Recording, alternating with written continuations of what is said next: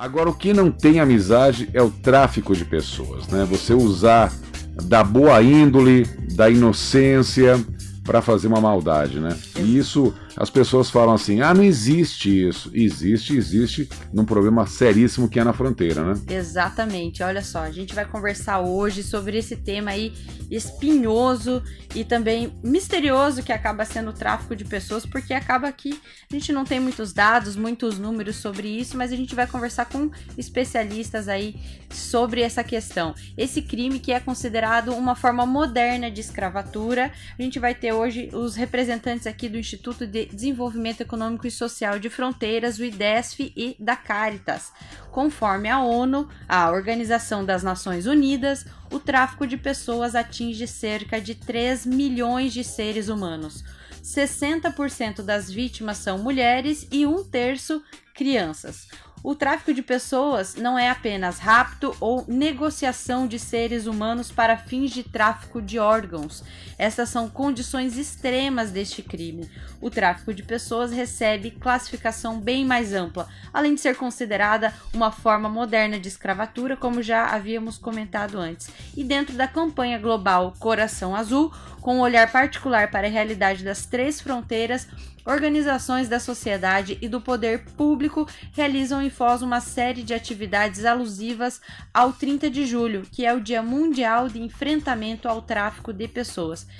E como disse anteriormente, para tratar sobre o tema, recebemos aqui, já estão nos nossos estúdios, Flávia Marodin,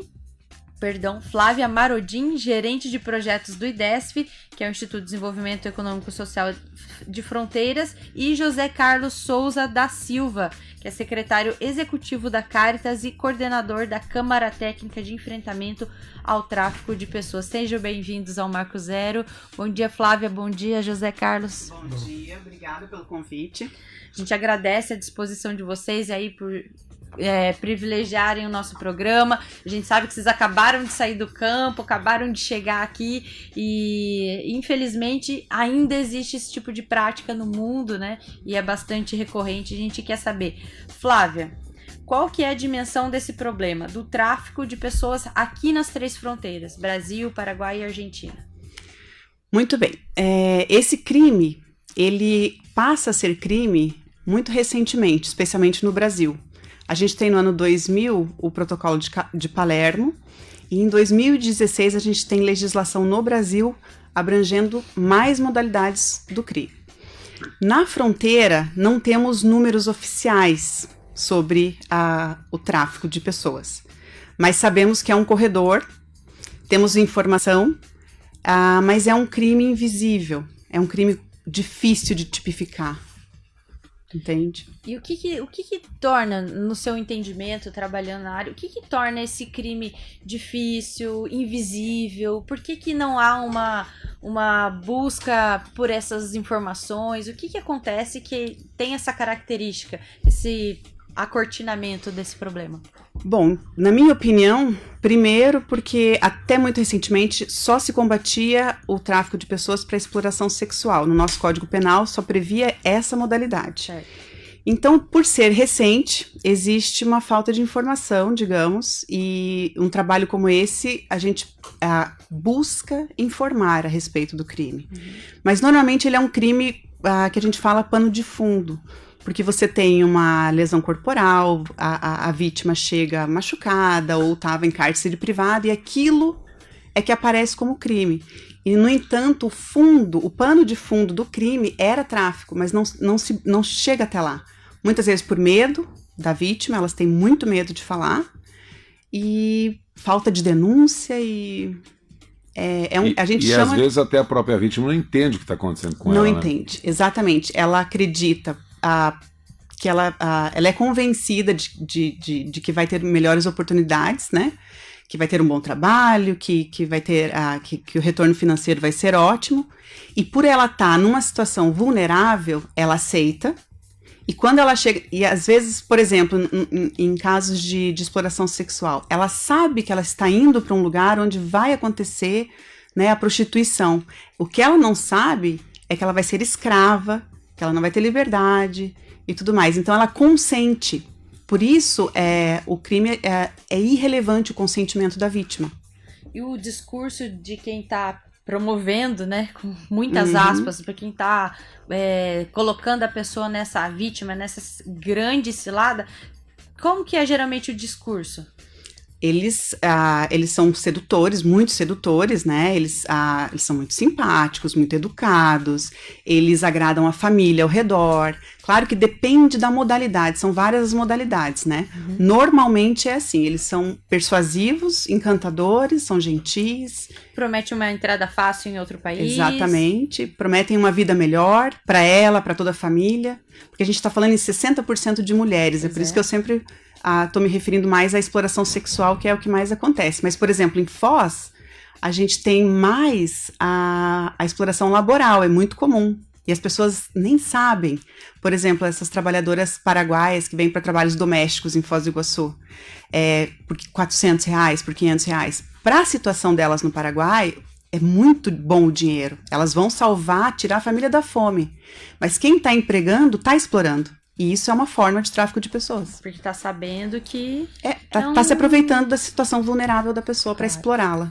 Queria puxar o papo aqui pro nosso colega Carlos.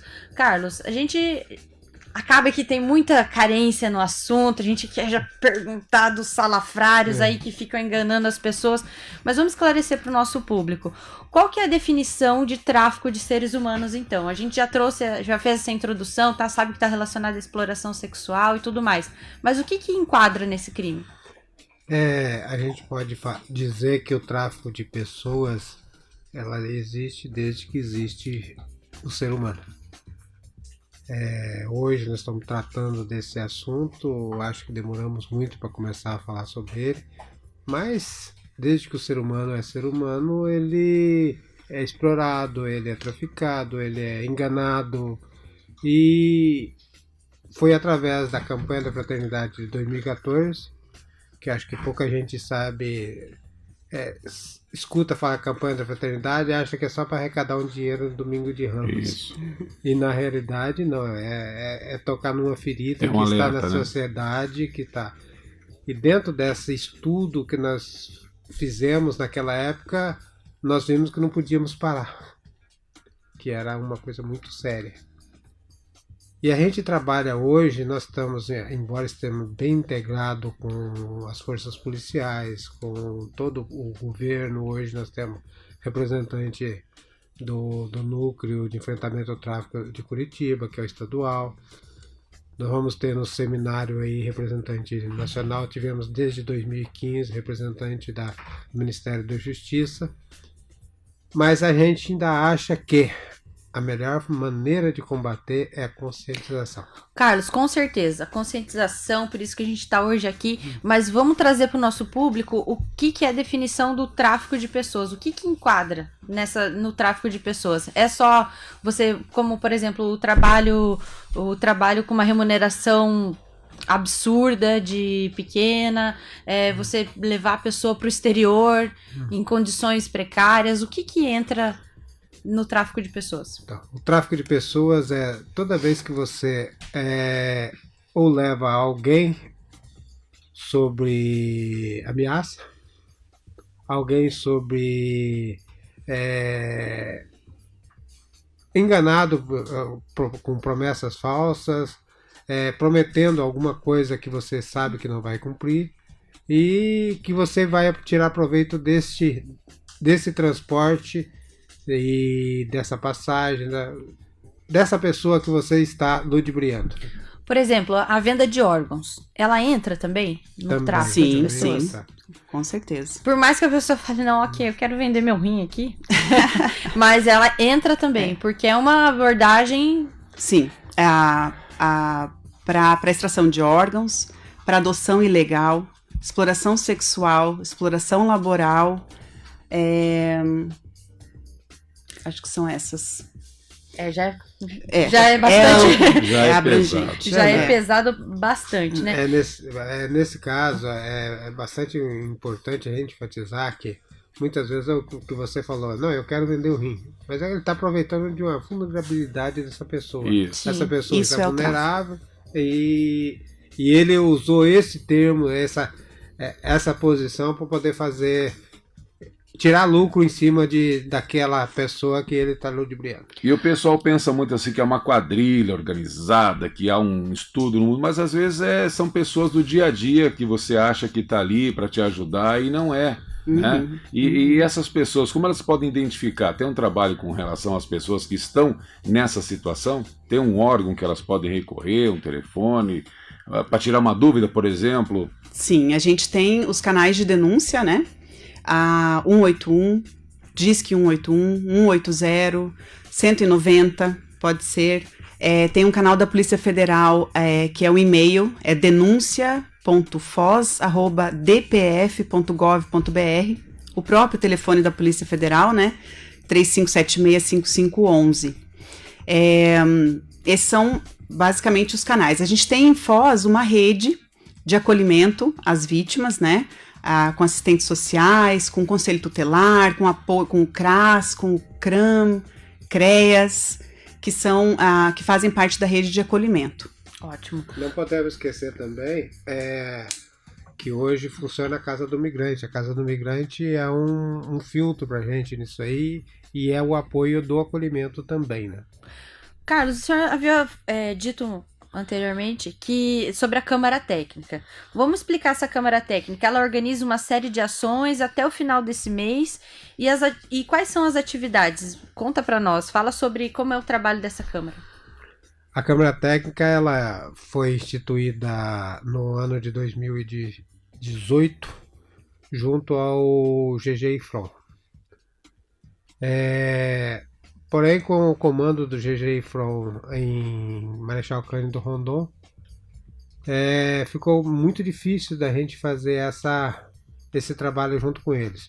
Então nós desvinculamos ao GG-IFRON e vinculamos ao GGIM. O GGIM, então, hoje nós temos todas as forças policiais da cidade, que se reúnem mensalmente, e dentro desse GGIM nós criamos a Câmara Técnica Tráfico de Pessoas, que também reunimos mensalmente. E quais o motivo dessas reuniões? É pensar, primeiro, nas estratégias de combate. Certo. A principal das estratégias. Conscientização e acontecer de vez em quando assim, algum acolhimento, alguma denúncia, a gente saber para onde que vai criar esse protocolo de atendimento. Nós podemos dizer que durante esse ano nós já fizemos 3 abordagens na ponte, hoje está acontecendo a 3ª, fizemos visitas em escolas,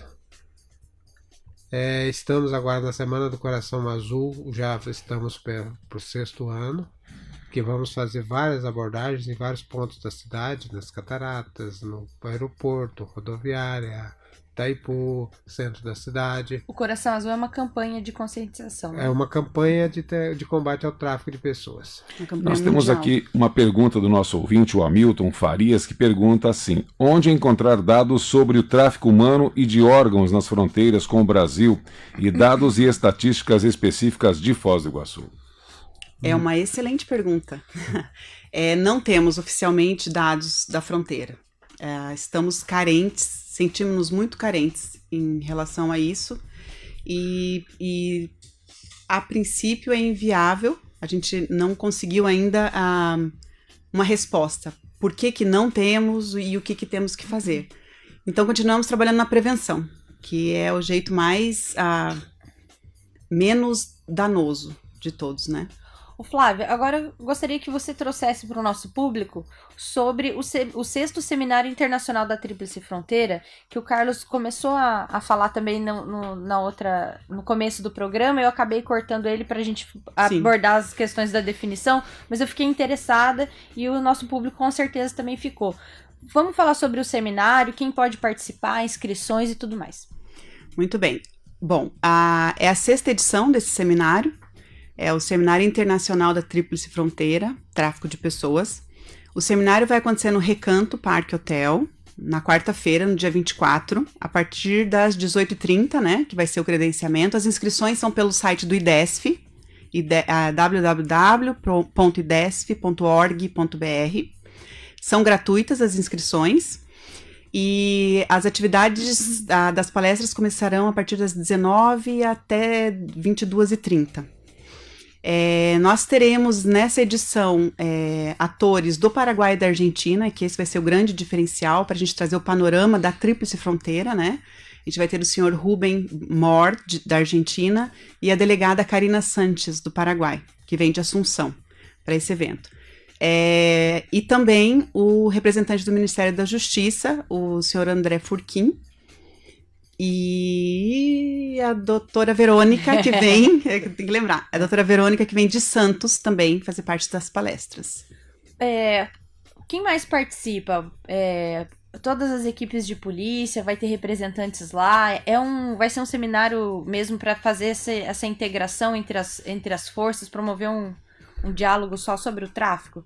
Não, esse seminário não é só para as forças policiais e nem para agentes envolvidos. Esse seminário é para um público em geral. Aberto. É aberto, exatamente o que a gente quer mais gente. Não adianta a gente ficar só a gente batendo nessa tecla e se não tem a população do nosso lado. O que nós queremos é a conscientização da população, dos estudantes, aquele trabalho de formiguinha de cada despertar, um. Né, esse problema. Né? Então, vamos ter as forças policiais, sim, mas esse seminário não é para eles, é para o público em geral. Ô Carlos, e quais são os mecanismos ou políticas públicas de Foz para combater o tráfico de pessoas? A gente falou sobre a conscientização, né? Tem essas ações que vocês fazem pontuais na fronteira, ali na Ponte da Amizade e tudo mais, mas quais outros mecanismos o município tem para defender as pessoas? Hoje, depois de alguns anos, nós conseguimos já mobilizar a prefeitura junto à Secretaria de Assistência Social. Nós temos o Comitê de Direitos Humanos, que também é parceiro da gente. Ótimo. Então, eles estão bem integrados. Inclusive, nós temos representante hoje lá na ponte dos conselhos tutelares, da Polícia Judiciária. Então, eu acho que hoje não chegamos aonde a gente queria, mas vamos dizer, pelo menos já estamos conseguindo que o poder público enxergue isso aí como uma chaga que deve ser combatida. E a população também tem que se conscientizar, né? Denunciar, procurar os órgãos competentes, informar pelo menos, se inteirar do que acontece. Porque às vezes você vê o exemplo do teu lado e você fala assim, mas eu não posso fazer nada. E se você pode fazer, ajudar a denunciar pelo menos, né? Então, levando em consideração isso aí que você está falando, uma das ações nossa para esse ano, já estamos com o material todo pronto. A partir do dia 30, que termina essa semana, nós vamos começar a trabalhar nas escolas. Porque as escolas é onde a gente arrebanha muito mais as pessoas, que as crianças, que vai trabalhar e que vai conscientizar, vai trazer os pais para esse problema. Então nós vamos começar a fazer esse trabalho na escola, criamos umas cartilhas e uns folders exatamente para despertar esse interesse das crianças. E é fundamental, né? Porque imagina, se com um adulto a situação já acontece, ele consegue ser passado para trás, enganado, imagina uma criança que não tem essa malícia. Eu acho interessante falar que a gente encara ele como um crime invisível, né? Como a gente já comentou. E essas conversas, falar a respeito, é muito importante. A gente esteve essa semana em Santa Helena, onde a gente fez um seminário também sobre o tráfico de pessoas. Na verdade, um desdobramento desse seminário maior que acontece dia 24. Foi formação, né? E foi formação. E foi muito interessante conversar com as pessoas. As pessoas, falta realmente informação, sabe? Precisa se falar. As rodas de conversa que a gente fala. É o terceiro ilícito mais lucrativo do mundo. Só perde para o tráfico de drogas, que é o número 1, tráfico de armas, número 2, e número 3, tráfico de pessoas. E, no entanto, não se fala a respeito. Não se sabe, né? Pois é. Por que será, delicado, né? Por que será, né? O próprio Hamilton perguntando pra gente aqui se existem informações sobre grau de instrução, idade, cor, situação econômica de pessoas traficadas e por que as ações são sempre no centro e nos bairros e as comunidades periféricas se recebe algum tipo de informação. Então, esse trabalho que o Carlos comentou agora sobre a gente ir nas escolas, a gente pretende chegar em quantos mais lugares a gente conseguir. Tem os dados da ONU, como a Renata mencionou no início da conversa, e esses são os dados que a gente tem. A gente sabe que a maioria são mulheres e crianças, e a maioria deles é para exploração sexual, né? De acordo com a ONU, são 60% de vítimas mulheres e 1/3 de crianças. E no globo atinge cerca de 3 milhões de seres humanos. Ou seja, é um número bastante assustador, mas eu até acredito que esse número seja maior. Seja maior porque ele tá disfarçado. Com certeza. Ele tá subtipificado, ele tá por trás. Que é o que a gente falou, que as pessoas nem sabem, às vezes estão sendo usadas, né? Elas acham que estão conseguindo uma melhoria social, uma melhoria de condição de trabalho e realmente não é isso, né? E por isso o crime, como ele está previsto no Código Penal, é irrelevante o consentimento da vítima. Não se leva em consideração se ela queria, se ela não queria estar lá. É crime, mesmo ela querendo. Para quem for pego praticando o tráfico de pessoas, tem noção da penalidade? De 4 a 8 anos. 4 a 8 anos. Tem majorantes, assim, né? Tem situações que implicam em 1/3 de aumento de pena, em 50% de aumento de pena. No caso de familiares, é muito comum os próprios familiares aliciarem as filhas para prostituição, e isso é tráfico de pessoas. E uma coisa que você tinha me perguntado no comecinho, ele não é internacional, não é somente internacional, ele é nacional também. O internacional é o contrabando de pessoas, que é um pouco diferente, que não tem a exploração do ser humano. Perfeito. Tem só aquele trabalho dos coiotes, né? De deixar na fronteira, cobrar para passar a fronteira, e daí a vida é tua. O tráfico de pessoas, não, a vida não é tua, a vida é minha. Me dá teus documentos e vamos começar. E pode ser para qualquer outro país ou até mesmo dentro. É muito comum dentro do nosso próprio país. Inclusive, teve um caso, uns 15 dias atrás, que apareceu na TV Globo, sobre uma senhora que estava há 20 anos sendo escravizada por uma família. Aqui no Paraná, inclusive. A senhora é do Paraná, exatamente, inclusive. Né? Exatamente, a senhora é do Paraná e estava há 20 anos sendo explorada. Tráfico de pessoas, só que não se falou. Aquilo ali é puramente tráfico de pessoas e não se comenta. E no Brasil, infelizmente, acontece muito isso, né? Dos familiares explorarem as crianças, colocarem na prostituição, venderem para outras pessoas, essa adoção ilegal também. Sim. Acontece muito a adoção ilegal? Muito. Eu queria fazer uma observação quando você disse sobre as penas. Eu ouvi nesse seminário agora que nós tivemos em Santa Helena. Então, um dos palestrantes foi o Dirceu Petralli, da Polícia Civil aqui de Foz. E ele me falou uma coisa que me tocou muito, embora a gente já está sabendo disso há muito tempo, mas aquilo me tocou profundamente. Quando a gente fala em tráfico de drogas, a pena é muito maior. Só que tráfico de drogas é drogas que vai... Agora, nós estamos falando de ser humano. Pois é. Estamos falando de ser humano, a pena é muito pequena. É branda.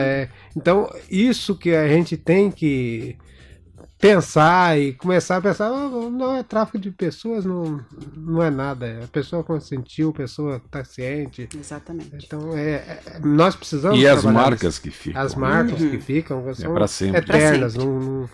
É ser humano. Acho que tem muito também dessa justificativa, né? De que a vítima estava consciente, ela sabia onde estava se enfiando. Ele sempre quis praticar isso aí mesmo, então se enfiou nessa cilada. Como a gente tem mania de culpabilizar a vítima. Sim. Sempre a gente atribui a vítima. E nesse espectro do tráfico de pessoas... Sim. Tem uma modalidade que acontece bastante aqui em Foz, de vans que vêm do Paraguai, com índios dentro da van, para pedir dinheiro nos semáforos. E tem alguém na van esperando, eles estão sendo explorados, porque eles vão ter que pagar, sabe? Quem os trouxe, os aliciadores, que a gente chama, né? E é muito comum aqui em Foz. É muito comum, a gente não imagina como é comum. Eu vou até compartilhar um Por caso, favor. óbvio, não vou citar o nome da pessoa, mas tem uma família de uma colega que eles têm a famosa Tata, né? A Tata é uma paraguaia que mora na casa dessa família e fica o dia inteiro cuidando da filha, da casa, enfim, fica reclusa. Ela não estuda aqui no Brasil, não sai, não tem o dia de folga, ela fica 24 horas em função da família. E daí, né, durante a convivência ali, porque é um colega de faculdade, a gente falava, mas poxa, que situação infeliz dessa tua tata aí, você não tem vergonha de dar essa condição pra pessoa? Não, mas ela prefere ficar aqui do que ficar lá. Então, assim, acho que o próprio aliciador se imune de justificativa. Você veja, ela tá feliz. Ela tá sendo explorada e ela tá feliz. Porque a situação dela lá é pior. Só que quem está explorando é que tem a culpa, Sim, claro. nesse caso. E tem que ter também a referência. Pô, você tá morando no Brasil, existe um salário mínimo, existem as condições, o preço, tem que obedecer os custos. o direito do trabalho brasileiro. Não interessa a origem do trabalhador, de qual país ele vem. Flávia, a gente já tá se encaminhando pro final da entrevista. Eu já vou passar a bola para vocês fazerem as últimas considerações. Novamente um convite para participar do seminário, que é bastante importante. Eu acredito que principalmente para a comunidade acadêmica aqui de Foz, que é bastante forte, tem, né, vários espectros diferentes aí de profissões. Mas o que eu queria aproveitar para você deixar esse recado para as pessoas, né? Falar sobre o tráfico, que a gente precisa debater mais nas escolas, nas faculdades, enfim. E oportunizar aí, cada vez que vocês quiserem, né, moça? Exatamente. Chegar aqui, poder participar desse nosso espaço, promover esse debate. De repente, né, a gente faz um programa especial, traz vários especialistas, enfim. Porque esse problema não para, né? Isso é continuante o dia todo, o ano todo. Sim. E as pessoas cada vez mais, diante da dificuldade que está os países da América, como você próprio diz, né, não é só questão internacional, é local, com crise, com falta de emprego, e então a pessoa se sujeita e acha que está tudo bem. Isso, onde há vulnerabilidade social é terreno fértil para a prática desse crime. Quem quiser, que eu ia perguntar, que acabei me empolgando aí, porque realmente a gente fica com vontade de... Você fica aguçado, eu percebi. A gente é italiano, fala com as mãos assim.